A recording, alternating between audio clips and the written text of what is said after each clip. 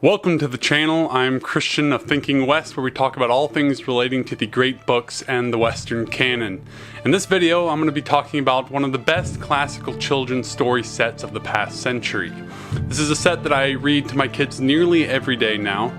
So if you're interested in giving your children a taste of the classical, even at a very young age, stay tuned.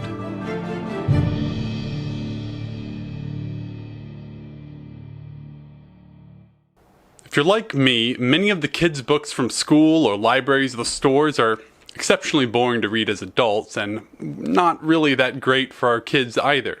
Kids love them because much of the time they're filled with explosions of color, silly writing, and familiar cartoon characters. And that's fine once in a while, but I want to point you towards stories that are more than simply another revenue stream for today's cartoons. That's where classical children's tales like those found in the My BookHouse set come in. Now for some background on the set. It was a collection of nursery rhymes, poems, and stories arranged from simple to complex, which, as you read over the years, followed the intellectual growth of your child. It was first published in 1920 and 1921 in 6 screen volumes that look something like this. And it actually came in a little wooden box house. Hence the name My BookHouse, like the one pictured here. There was a 1925 edition also that came in red and reordered some of the volumes, and then it also added a 7th volume.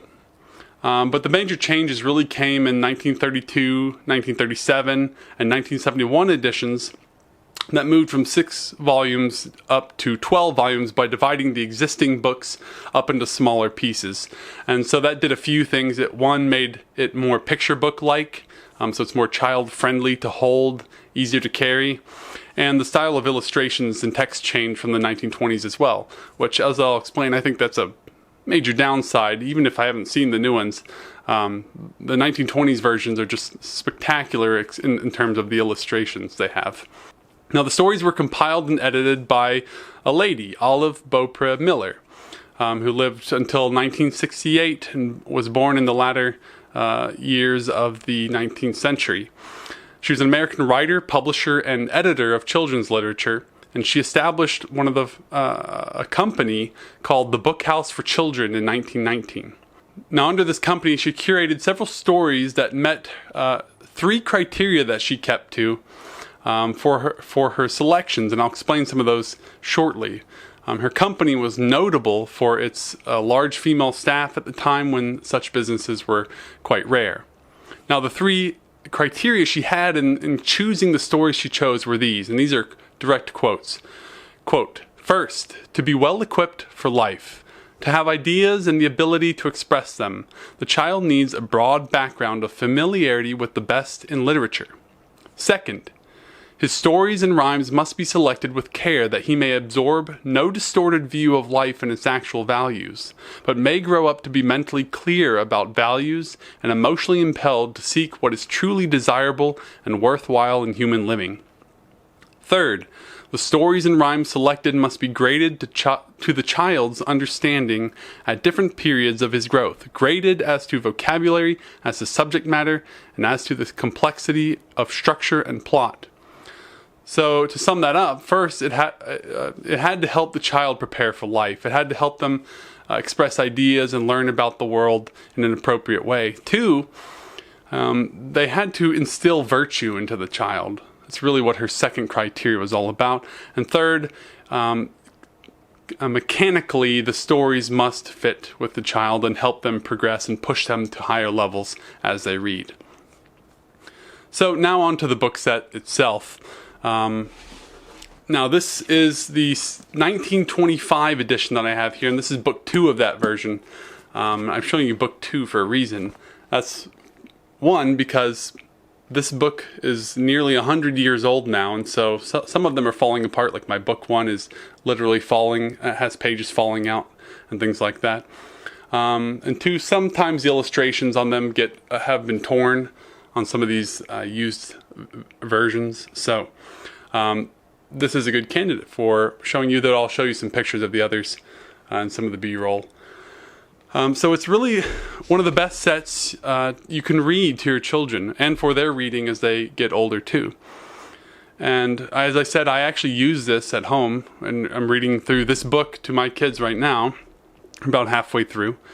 But in terms of content, it's really just got a fantastic mix of stories from different cultures. I mean, you're really selecting from all over the world here, including Dutch, German, English, American, South American, Asian origins. All over the world, there are stories. Africa, there are stories from all these places, many of them in kind of the legend categories, or kind of the folklore categories. And so I really like that flavor that they've got going on there. And what I like about it too is that you're going to see some familiar, and your kids will see some familiar and unfamiliar stories. For example, Cinderella's there. It's Cinderella's. Everyone knows Cinderella. Perhaps not the exact version that's in here, but compare that with a relatively unknown story, at least to me. Maybe the Dutch will know better. But The Hero Boy of Harlem I had never heard, though I thought it was a great story. I like also the progression that it has from starting from nursery rhymes, which for where my kids are right now, I just kind of skipped over the first volume that contained nursery rhymes primarily and moved into book 2 for the very short stories. But I really like that progression of rhymes into short stories and then further into a little bit longer stories down the line. The other thing I really like about the content is that often with each story, they'll pair a story and a poem together. So often you flip through the book and it's poem, story, and the poem will often have a theme related to the story in which it's paired. So I really like that. So for example, for stories about birds, often there's going to be a poem about birds right there as well. And so I just like that mix of the poems and the stories all together about similar themed things. And also, I really like the writing. The writing, in all books is not good at all. There are certain different readers out there for kids that I read them, and it's just so staccato. It's unnatural to read. But the writing here is all very good. It's easy to read. It's not the simplest read, but I like that because it's really good for adults to read to their children. And it's good for children to hear some words they don't know, but not be so inundated with new language that they neglect to listen to the rest of the story. Lastly, are there any complaints about the content? And really the only complaint that I see online, or at least that I could see myself, is that there's some racial elements to 2 of the stories. Again, this was 1920s. I mean, culture, the world was not nearly as integrated as it was today. So there are 2 stories that might be somewhat insensitive to some people. I tend to look over those, look past those things given when the authors were and that kind of thing. But otherwise, these were more or less corrected by the 1950 or later versions. Although some people say, well, maybe not enough. Anyway, that's for you to check out and decide for yourselves. On to the aesthetics. So again, I think this is not only one of the best collection of stories in terms of content, but also in terms of its looks.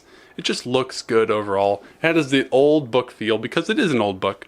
I think it's one of the most beautiful children's sets I've come across yet. So the covers and spines are some sort of, it's like a cloth covered board in some regard. And this 1925 edition was in green. Some later ones, as I said, were in red, and I think there might be a blue version. But it also has a nice texture to it, has some indentions that give it a lot of character. So all these words, for example, are raised. So it has kind of a 3-dimensional feel to it. It also had some gold foil, which you can just barely tell. You can see the shine a little bit. And it's seemingly only along the top edge. It doesn't appear that the other edges, they bothered with that gold foil on the page edges. But it's just a nice touch there too. And really the highlight of these, however, see if I can find one quickly. The highlight is really the illustrations, because it has some of the greatest illustrations I've ever seen in a children's book. Here's one example with Snow White and Rose Red, a Brothers Grimm tale. But I really like they're kind of muted in their tone. They're not overly colorful, but yet they have enough color to be interesting, and they're quite detailed. And they just have a style of the times that I think can't be beat. And the older illustrations, say pre-1950, are always my favorite whenever I look at any of these types of books. Otherwise, Also regarding the illustrations, a number of notable illustrators, not that I know of any of them, but the Petershams, Crane, Hanway, Winter, and Newell. These are apparently some fairly prolific illustrators of the time, have worked on this set. And unfortunately, like I said, these are old and used, and you're not going to find a new print out there, most likely. And many of the cover images are peeling off or gone completely. But that's just what you get with used books. I also like that the pages are quite thick and hefty. Yes, they're going to yellow over time, as mine are. But I never found that an unattractive feature. And these really aren't too bad at all for being about 100 years old. And then lastly, the text is great. Not too small, not too big. It's just right. So lastly, where to buy. This is going to be, all the usual places you're going to look for books. It's going to be eBay, Amazon.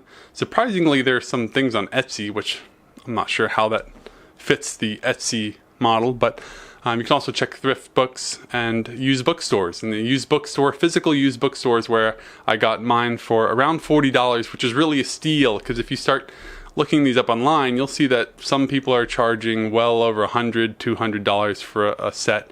And maybe that's partly due to condition, or the fact that some of the later sets are 12 books and not 6 books. I think that's a big factor. Even if the 6 books are larger, people usually pay, kind of figure out their minimum per book and then go off of that. So it's tough to find a good price out there for them, but they do exist. You just might have to hunt a little bit. So that's it for the My BookHouse set, a great choice for any parents looking for good reading for your children. Now, if you like this video, help us spread the good news of the great books by liking, subscribing, and sharing this video. And if you have a set of children's books that you really liked as a kid or as an adult for reading to your kids, share that in the comments below. I'd like to hear about it. So until next time, read on.